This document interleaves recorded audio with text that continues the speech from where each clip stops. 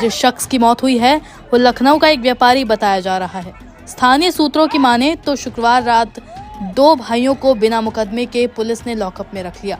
यहाँ दोनों के साथ मारपीट की गई और शनिवार को जब मोहित पांडे की मौत हो गई तब 151 के तहत शांति भंग करने की चालानी कार्रवाई पूरी की गई। उनके यहाँ से स्कूल ड्रेस का कुछ सामान बनता है, उसको ले जाता था पोर्टर, तो उसके माल ढोता था, दुकानों में डालता था, जाके वो पैसा देता था उसको, तो उसको पैसा ऐसा दिया। इसकी आदत ये खराब थी, जब आता था तो कभी जेब के अंदर कपड़े टंगे हुए जेब से पैसे निकाल लेता था।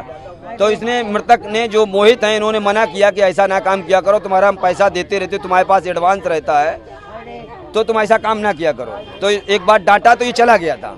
फिर उसके बाद फिर आया, कल आया, तो आने के बाद प्लानिंग में था लड़ाई मारपीट करने के लिए, हाथ साथ चला दिया। फिर तो अपने घर में अगर कोई मारने के लिए आएगा तो आदमी बचाव तो करेगा ही करेगा भाई, चाहे छोटा हो चाहे बड़ा हो। फिर उसने जब बाहर हुआ तो उसने एक अपने बंदे को बुला लिया और वो 4 पहिया से आया और उसने तत्काल पुलिस बुलवा करके अपटान चौकी गए। अपटान चौकी से कोतवाली, वहाँ रुकने ही नहीं दिया कि चौकी पे कोई कंप्रोमाइज हो। उन लोगों ने कहा कि ठीक है, जो कुछ समझौता है समझ लो, अपना लड़ाई झगड़ा खत्म करो। मोहित पांडे की मौत के बाद उसके भाई को लोहिया अस्पताल में भर्ती कराया गया। इसके बाद देर रात इंस्पेक्टर समेत अन्य 5 लोगों के खिलाफ मुकदमा दर्ज कर लिया गया है।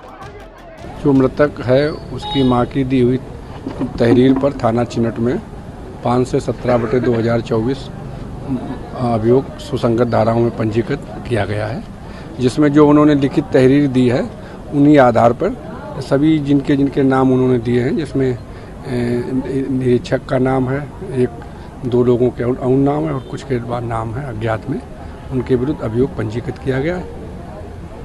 अब जो कस्टोडियल डेथ है सर, अब इसकी आगे क्या प्रोसीजर रहता है, क्या जांच होगी? और अब पंचायतनामा की प्रक्रिया कराई जा रही है। परिजन लोग को इस बात पे था कि अभी मुकदमा लिखाया जाए, तो उनके मुकदमा लिखाया गया है। अब पंचायतनामा की कार्रवाई कराई जाएगी, डॉक्टरों के पैनल के माध्यम से वीडियोग्राफी के साथ उसका पीएम कराया जाएगा और जो चीज़ें होंगी उस आधार पर कार्रवाई की जाएगी।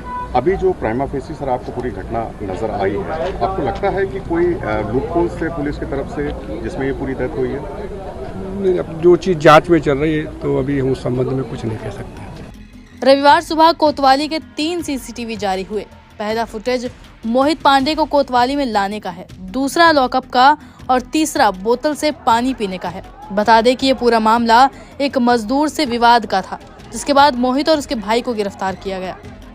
भाई को हमारे टॉर्चर किया गया, मेरे भाई को टॉर्चर किया, मेरे जाने से पहले टॉर्चर किया गया वहाँ पे, और रात में भी मारा गया है। पुलिस वाले ने मारा, नाम थोड़ा जान सकते हो? सिपाही नाम नहीं मालूम है लेकिन मारा सूरत से पहचान सकते हैं। कौन थे? सिपाही थे, दरोगा थे, कौन?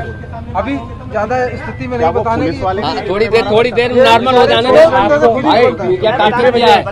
9 बजे पता चला भैया तबीयत क्या, उसकी हालत खराब हो गई। राती में गड़बड़ थी, बार बार कह रहा था दरवाजा खोल दो भैया, बाहर लेटना है, तबीयत नहीं ठीक है, लेकिन गाली दे रहे थे, वो दरवाजा नहीं खोल रहे थे, कह रहे इसी में रहो। फिर सुबह क्या हुआ? फिर सुबह तो कुछ नहीं हुआ, सुबह तो कोई बात नहीं हुई, राती में जो कुछ हुआ है। नहीं, उसकी डेथ कब हुई? रात में हुई? डेथ हुई है वही 1 बजे के समथिंग, वही थाने में हुई ना? थाने में, लॉकअप के अंदर थाने में। आज दोपहर या कल रात में? आज दोपहर लॉकअप में डेथ हुई है। जब से पुलिस थाने के अंदर के सीसीटीवी सामने आए हैं, परिजन कई तरह के सवाल कर रहे हैं। उनका कहना है कि 17 घंटे के घटनाक्रम में केवल 5 मिनट का फुटेज ही क्यों जारी किया गया? मोहित के अस्पताल ले जाने से पहले और तबीयत बिगड़ने के दौरान का फुटेज क्यों जारी नहीं हुआ? 25 अक्टूबर से अब तक क्या क्या हुआ? रात 8 बजे पुलिस को झगड़े की सूचना मिली। रात 9 बजे पुलिस ने मोहित पांडे को हिरासत में लिया। रात 10 बजे मोहित पांडे को थाने पर बुलाया गया। रात 11 बजे भाई शोभाराम थाने पहुंचा, यहाँ उसे भी बैठा लिया गया। 26 अक्टूबर 2024 दोपहर 3 बजे करीब मोहित के मौत की सूचना आई। शाम 4 बजे परिजन लोहिया अस्पताल पहुंचे। शाम 5 बजे सड़क जाम कर हंगामा करने लगे। शाम 6 बजे पुलिस ने सभी को समझाकर अस्पताल भेज दिया। रात 9 बजे फिर एक बार सभी सड़क पर उतर आए। रात 11:45 पर इंस्पेक्टर के साथ 5 अन्य के खिलाफ मुकदमा दर्ज हुआ। इसके बाद 27 अक्टूबर 2024 को घटना के 3 सीसीटीवी फुटेज जारी किए गए। फिर सीसीटीवी फुटेज जारी होने के बाद परिजन प्रशासन से लगातार न्याय की गुहार लगा रहे हैं। वहीं परिजनों के समर्थन में स्थानीय विधायक योगेश शुक्ला भी पहुंच गए। शुक्ला का कहना है कि पुलिस द्वारा उनकी आवाज दबाई जा रही है। बख्शी तालाब विधायक योगेश शुक्ला ने माना कि पुलिस की गलती थी, तभी पुलिस कर्मियों के ऊपर मुकदमा दर्ज किया गया है। उन्होंने कहा कि जो भी दोषी है उसके खिलाफ जांच की कार्रवाई की जानी चाहिए। व्यापारी की मौत के मामले में अब सियासत भी शुरू हो गई है। समाजवादी पार्टी के प्रमुख अखिलेश यादव ने ट्वीट कर बीजेपी पर निशाना साधा है। उन्होंने लिखा, उत्तर प्रदेश की राजधानी में पिछले 16 दिनों में पुलिस हिरासत में मौत का दूसरा समाचार मिला है।